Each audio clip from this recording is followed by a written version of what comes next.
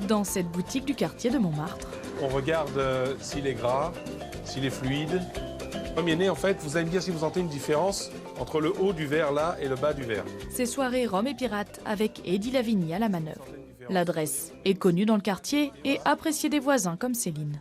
C'est implanté, quand son fils avait un restaurant à côté, on y allait aussi. Et en fait, ça avait toute une histoire de famille qui fait qu'on se sent comme à la maison en fait.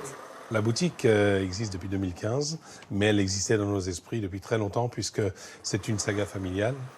Mon père est un grand monsieur de la musique antillaise, s'appelait Gérard Lavigny, l'ambassadeur des Antilles, qui a composé Bas-moi Thibault, Sans chemise, sans pantalon, et un grand monsieur, et qui m'a fait découvrir le rhum très jeune. Mon fils, lui, alors, il était très très connaisseur, et mon fils, lui, alors m'a vraiment, il m'a dit, mais papa, tu devrais t'intéresser plus à ça, et c'est vraiment, ça a été le déclic. Oh, merci. C'est Guadeloupe. En Guadeloupe. Wow. Smooth. Ouais. It's really smooth. L'histoire de la famille Lavigny se mêle à celle de la butte Montmartre. Eddie nous amène sur les traces de son père. C'est la rue où mon père avait son appartement pendant un demi-siècle. C'est donc le 88 rue Blanche que beaucoup d'amis connaissent bien puisqu'il recevait beaucoup de monde. C'est émouvant de revenir là parce que depuis tout petit, j'ai toujours connu cet appartement où il y avait une grande fresque au mur sur 2 étages qui représentait les Antilles. Et quand on avait un petit coup de nostalgie, on regardait là. Son père, Gérard Lavigny, est enterré au cimetière de Montmartre.